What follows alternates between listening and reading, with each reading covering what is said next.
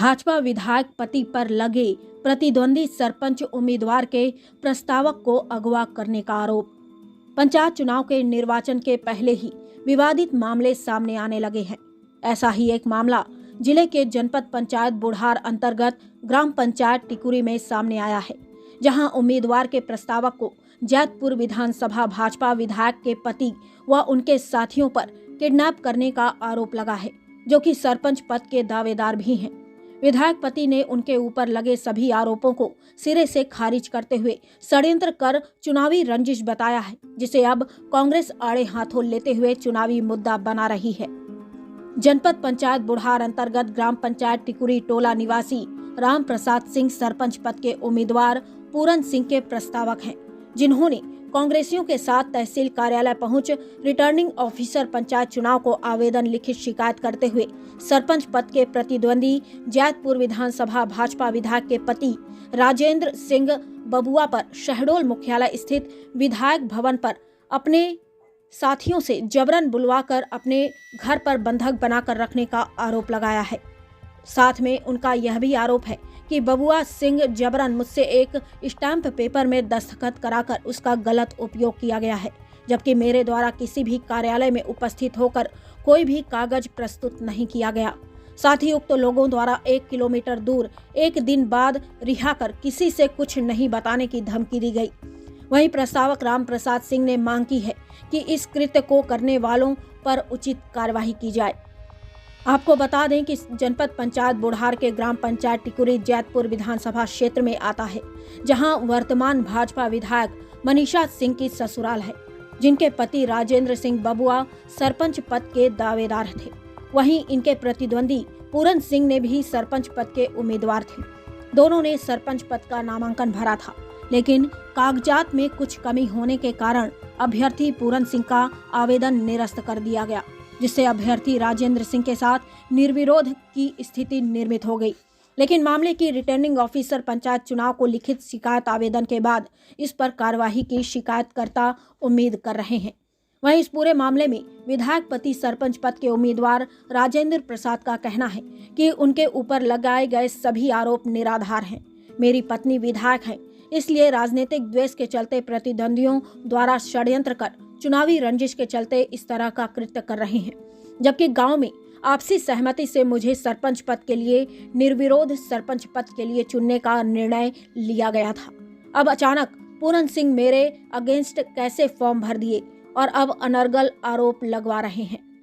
वहीं इस पूरे मामले में बुढ़ार तहसीलदार मीनाक्षी बंजारे का कहना है कि निर्वाचन नियमों के अनुसार यदि समीक्षा में सभी फॉर्म निरस्त हो जाए और एक व्यक्ति निर्विरोध हो जाए, तो ऐसी स्थिति में उस आदेश का एसडीएम साहब के पास पुनर्निरीक्षण होगा। उसके बाद जो परिणाम आएंगे उसके अनुसार कार्यवाही होगी। वहीं प्रस्तावक को किडनैपिंग करने के मामले में कुछ भी नहीं कहते हुए रहने शिकायत दर्ज कराई गई है। जांच के बाद मामला स्पष्ट होने की बात कही। वहीं इस मामले को कांग्रेस बड़े हाथों लेते हुए मुद्दा बना रही है। तो ये है कि ग्राम पंचायत टिकुरी में दो सरपंच पद के लिए 2 आवेदन पत्र आए थे, जिसमें से ये अभ्यर्थी एक ये है और एक दूसरे अभ्यर्थी है।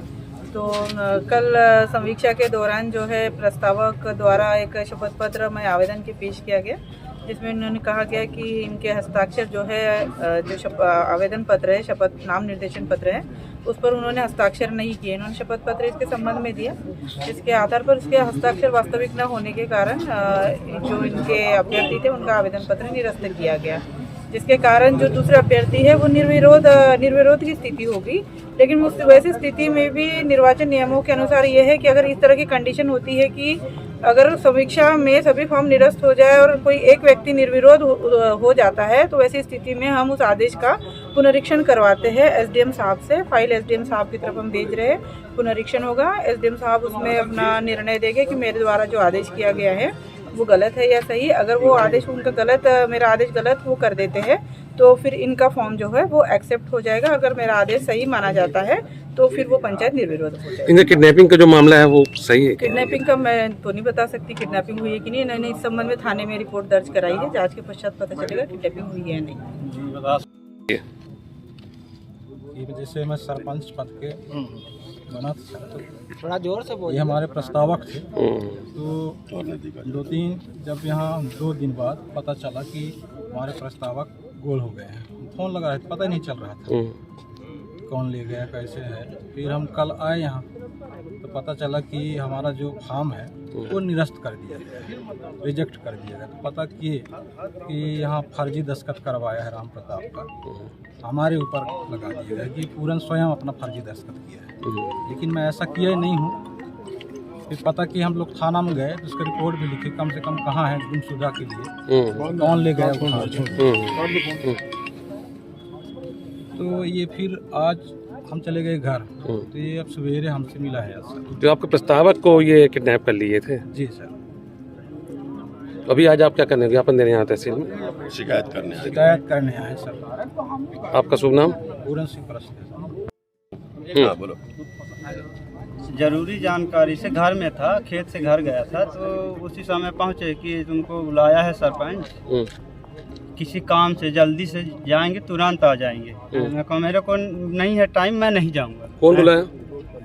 फुलेल सिंह जो सरपंच था। सरपंच वो नहीं, उनका वो विधायक पति नहीं, उसका सहयोगी। अच्छा। तो मैं बोला मैं नहीं जाऊंगा, फिर वो चले गए। फिर इसके बाद फिर आया, फिर बोला वो बहुत ज़रूरी काम से बुलाया, सरपंच है ना, वो विधायक है, तो उसका नहीं सुन सकते हो। तो मैं ठीक है भाई सुन लेता हूँ।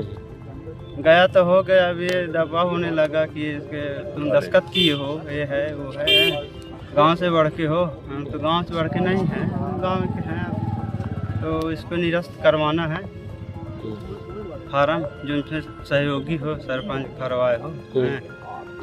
तो मैं कहा कि भाई मैं तो किया हूँ दस्तखत, अब भरवाए हैं तो किया हूँ, योगी हूँ, हैं तो ऐसे बोल के इसको निरस्त करवा देंगे तो वो एक रहेगा उन्हीं बस का, ऐसे बात। फिर आप उठा के भी ले गए थे क्या कहीं? हाँ तो उठा के ले गए, तभी तो वहाँ थे शहडोल में, और घर से ले आए। कितने दिन तक रखे? अरे वो 8-9 बजे लाए हैं रात में, फिर पूरा दिन रखे थे इधर उधर यहाँ से वहाँ, फिर 12-3 बजे रात को हम लोग घर में छोड़े। हाँ जी बताइए।